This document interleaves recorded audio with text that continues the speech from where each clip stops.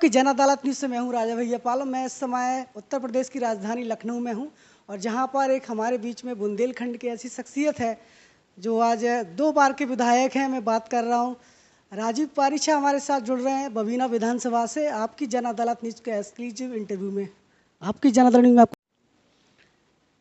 इस समय उत्तर प्रदेश में योगी जी के प्रति जनता का अगाध विश्वास है। हर सीट पर योगी जी का चेहरा और मोदी जी की जो छवि, पूरी अंतर्राष्ट्रीय छवि है, वो चुनाव लड़ रही थी।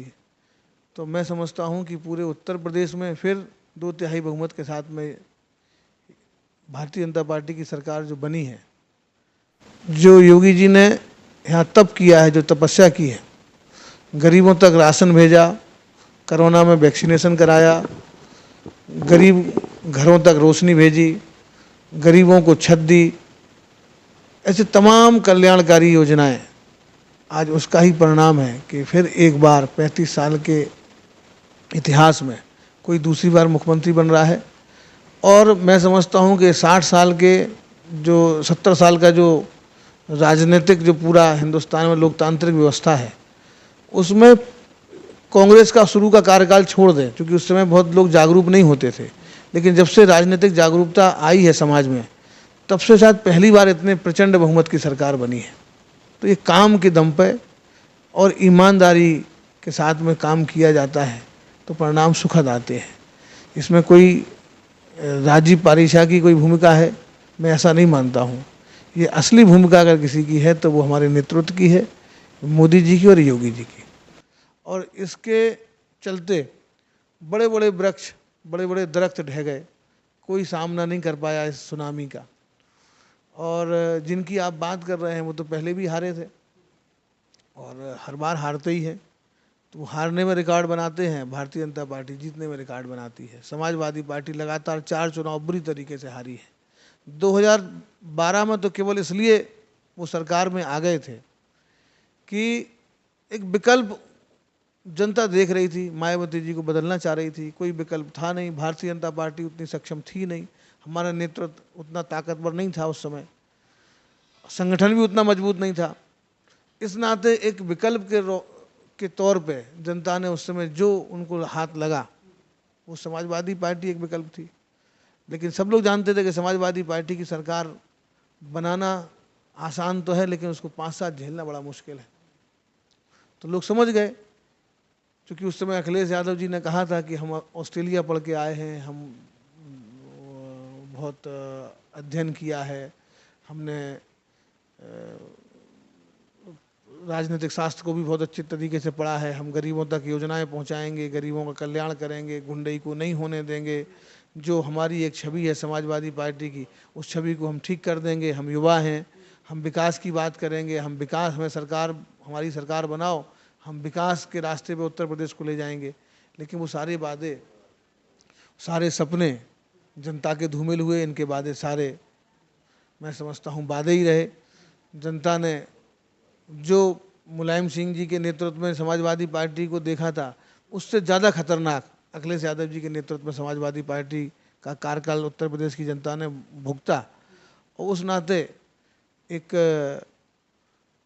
आज भी अगर एंटी इनकम्बेंसी की हम लोग बात करते हैं, तो आज भी एंटी इनकम्बेंसी जो एक शब्द है कि जो सत्ता में रहता है उसके खिलाफ एक जन आक्रोश पैदा होता है अपेक्षाओं के कारण। लेकिन इस बात की खुशी है कि एंटी इनकम्बेंसी नहीं है, यहाँ प्रो इनकम्बेंसी है। और जो पहले इनकम्बेंट थे उनके खिलाफ आज भी जनता में आक्रोश है कि नहीं, हम समाजवादी पार्टी को तो नहीं आने देंगे सत्ता में, समाजवादी पार्टी को तो हम वोट नहीं देंगे और हम समाजवादी पार्टी को तो हराएंगे, और अगर हमको कोई सरकार बनानी है तो योगी जी की सरकार बनाएंगे। तो ये पहली बार मैं समझता हूँ पिछले 30-40 साल के इतिहास में किसी सरकार के प्रति लोगों का विश्वास लगातार बढ़ता जाना, ये उत्तर प्रदेश में अब देखने को मिलता है। इस बार राजीव सिंह पारीछा की क्या विकास की योजनाएं हैं, क्या सोचा आपने बबीना के लिए? बबीना में पिछले 5 सालों में जो हमने किया है, पिछले 70 सालों में नहीं हुआ। हर चुनाव में मुद्दा बनता था पानी, कि हमें वोट दो, हम तुम्हें पानी देंगे, हमें तुम वोट दो, हम आपके यहाँ पानी भिजवाएंगे। लेकिन पिछले 70 सालों में किसी ने पानी की एक बूंद भी घर तक नहीं पहुंचाई। पहली बार हमने वादा किया, भारतीय जनता पार्टी ने वादा किया कि हमको वोट दो, हम हर घर को नल के माध्यम से शुद्ध जल भेजेंगे, और हमने वो वादा पूरा किया। लाखों लोगों को, हजारों परिवारों तक आज हम पानी पहुंचा रहे हैं, पहुंचाने की स्थिति में आ गए। और केवल बबीना में नहीं, केवल झांसी में ही नहीं, लगभग उत्तर प्रदेश के कई जनपदों में यह योजना बहुत ही प्रभावी ढंग से चल रही है। और सरकार के गठन के बाद और ज़्यादा गति से, और जो जनपद नहीं इसमें जुड़े थे वो भी सब जुड़ जाएंगे। तो अभी तक 70 सालों में ये लोग पानी नहीं दे पाए। एक सामान्य सी बात है कि आप पानी नहीं पिला पाए जनता को, तो तुमने 70 सालों में किया क्या है। जनता इनसे हिसाब मांगती, जब ये वोट मांगने जाते हैं जनता हिसाब मांगती है। तो ये जनता को मुंह नहीं दिखा पाते ये लोग, जनता से जनता के सवाल का जवाब नहीं दे पाते, निरुत्तर हो जाते हैं और भाग जाते हैं। वही स्थिति होती है, उनको जनता वोट नहीं देती। अब आप बताइए कि जो पार्टी कांग्रेस देश की सबसे बड़ी पार्टी हुआ करती थी, उत्तर प्रदेश में सबसे ज़्यादा समय तक शासन उस कांग्रेस ने किया। आज बबीना विधानसभा में उसको 2500 मत भी नहीं मिले। 2500 मत भी, इससे ज़्यादा तो नोटा पे चले गए। नोटा हमारे यहाँ ज़्यादा रहा, कांग्रेस उससे पीछे रही।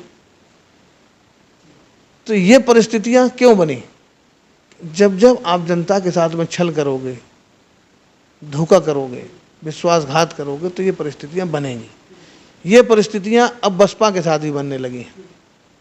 उत्तर प्रदेश में मात्र 1 सीट, बबीना में जहाँ लगातार 4-5 चुनाव मजबूती से बसपा लड़ी थी, आज बहुजन समाजवादी पार्टी की ये स्थिति है कि वो 30,000 वोट भी नहीं पाती, जबकि खूब सोशल इंजीनियरिंग करती है। इस जाति का प्रत्याशी लाओ, इस जाति का प्रत्याशी लाओ, और हमारी जाति का वोट, ना तो उनके पास उनकी जाति का वोट बचा है और ना प्रत्याशी की जाति का वोट बचा है। सारा वोट भाजपा से और मोदी जी के साथ जुड़ा है, योगी जी के साथ जुड़ा है। तो जो दुर्दशा कांग्रेस की हो गई है देश में और उत्तर प्रदेश में, उसी रास्ते पे बड़ी तेजी के साथ में बसपा बढ़ रही है और उसके पीछे पीछे समाजवादी पार्टी दौड़ रही है। आगे आने वाले चुनाव में ये इंटरव्यू आप इसको सहेज के रखना, आगे आने वाले 5-10 सालों में जो स्थिति कांग्रेस की हुई है, वही स्थिति समाजवादी पार्टी की भी होने वाली है। अब यहाँ विपक्ष के रूप में कोई बचने वाला नहीं है। सीटें तो जरूर बढ़ी हैं उनकी, लेकिन जनता का विश्वास उनमें कम हुआ है। वोट परसेंटेज जो 2017 में हमारे विपक्ष में गया था, अगेंस्ट गया था, उस वोट में हमने सेंध लगाई है और वो वोट आज हमारे पक्ष में वोट परसेंटेज बढ़ा है। यानी प्रो इनकम्बेंसी इस बार आई है। यानी हर बार जब सरकार चुनाव में जाती है, 5 साल की सत्ता पूरी करने के बाद, शासन पूरा करने के बाद, जब कोई भी सरकार चुनाव में जाती है तो उसका वोट परसेंटेज घटता है। पहली बार किसी भी सरकार का वोट परसेंटेज बढ़ा है, विपक्ष का वोट परसेंटेज गिरा है। यानी लोगों की इच्छा और अपेक्षा यही है कि योगी जी शासन करें, भारतीय जनता पार्टी सरकार उत्तर प्रदेश में रहे, जिससे गरीबों का कल्याण हो। राशन, बेटी की सुरक्षा, बेटियों की पढ़ाई, बेटियों की दवाई, बुजुर्गों की दवाई, बेटियों की शादी, ऐसे तमाम कल्याणकारी गरीब के हित के काम ईमानदारी से ज़मीन तक पहुँचे। आज उसके लिए उत्तर प्रदेश की जनता ने सरकार बनाई है। आज किसानों को हम लोग मुफ्त बिजली की बात कर रहे हैं। सरकार के गठन के बाद किसानों को मुफ्त बिजली, ग्रामीणों को आधे रेट पे बिजली, खाद के लिए लाइन नहीं लगाना, बीज के लिए लाइन नहीं लगाना, किसान सम्मान निधि जो 500 थी अब हम उसको 1000 कर रहे हैं, बुजुर्गों को, विधवाओं को, दिव्यांगों के लिए हम पेंशन 1500 कर रहे हैं। तो ये अब आदमी कौन चाहेगा कि इतनी बढ़िया जब सरकार चल रही है, इतनी अच्छी कल्याण का, अच्छा जो भी योजना चल रही है वो योजना कागज में नहीं चल रही, वो योजना ज़मीन पर चल रही है, लोग उससे लाभान्वित हो रहे हैं। तो अभी तक तो लोग कागज़ों पे योजनाएं देखते थे, अब वो स्वयं महसूस कर रहे हैं। तो कभी कोई भाजपा को अब छोड़ने वाला नहीं है। इस बार आप ये देखना 2024 में हमारी कई ऐसी सीटें होंगी उत्तर प्रदेश में जो 5 लाख के अंतर से जीतेंगी। झांसी ललितपुर लोकसभा सीट भी आगे आने वाले 2024 के इलेक्शन में लगभग 5 लाख के मतों के अंतर से भारतीय जनता पार्टी जीतेगी। तो यहाँ पर राजीव पारिछा आपकी जन अदालत के एक्सक्लूसिव इंटरव्यू में हमारे साथ जुड़े हुए हैं। जिस तरीके से अभी एक रवि शर्मा जी का बयान आया था झांसी से कि उन्हें योगी के बुलडोजर की आवश्यकता है, क्या राजीव सिंह पारिछा को योगी का बुलडोजर की जरूरत पड़ेगी अपनी विधानसभा में?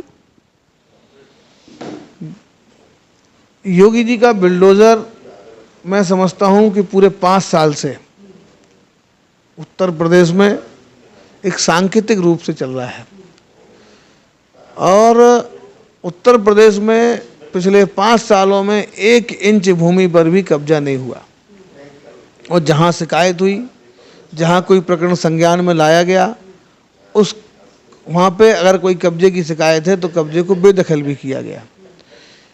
योगी जी का बुलडोजर ये सांकेतिक है, ये एक सिंबल है।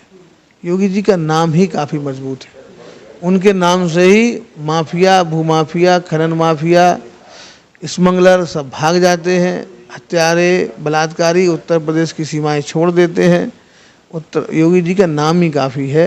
मैं समझता हूँ कि योगी जी हमारे लिए एक ईश्वर का तोहफा है, ईश्वर की एक उत्तर प्रदेश के लिए वरदान के रूप में योगी जी यहाँ आए हैं और वो केवल उत्तर प्रदेश का भला करने के लिए, जिसके परिवार की कोई किसी को पता नहीं, जिसका कोई अपना व्यक्तिगत एजेंडा नहीं, जो जाति को जानता नहीं, जो मजहब को पहचानता नहीं, जिसका केवल एक ही काम है कि हमको केवल उत्तर प्रदेश के 25 करोड़ लोगों का भला करना है।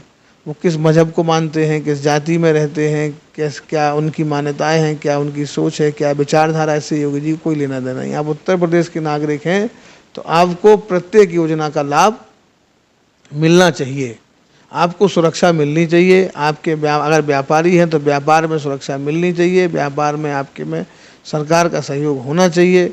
आप अगर किसान हैं तो किसान को प्रत्येक योजना का लाभ मिलना चाहिए। आपको जो भी योजना केंद्र की हो, राज्य की हो, सारी योजनाओं को आप तक पहुंचाना चाहिए। ऐसी तमाम चीज़ों का जी। तो इन तमाम मुद्दों को लेकर आपकी जन अदालत न्यूज़ के एक्सक्लूसिव इंटरव्यू में हमारे साथ बबीना से भारतीय जनता पार्टी के दूसरी बार के विधायक राजीव सिंह पारिछा जुड़े हुए थे। फिर किसी बड़ी शख्सियत के साथ हाजिर होंगे, जुड़े रहिए हमारे साथ। नमस्कार। हमारे चैनल पर नए सदस्य हैं तो चैनल को सब्सक्राइब करें और चैनल को लाइक करें, वीडियो को शेयर करें और घंटी दबाना ना भूलें। यदि आप घंटी नहीं दबाएंगे तो खबरों का नोटिफिकेशन आप तक नहीं पहुंचेगा। जुड़े रहिए हमारे साथ। नमस्कार।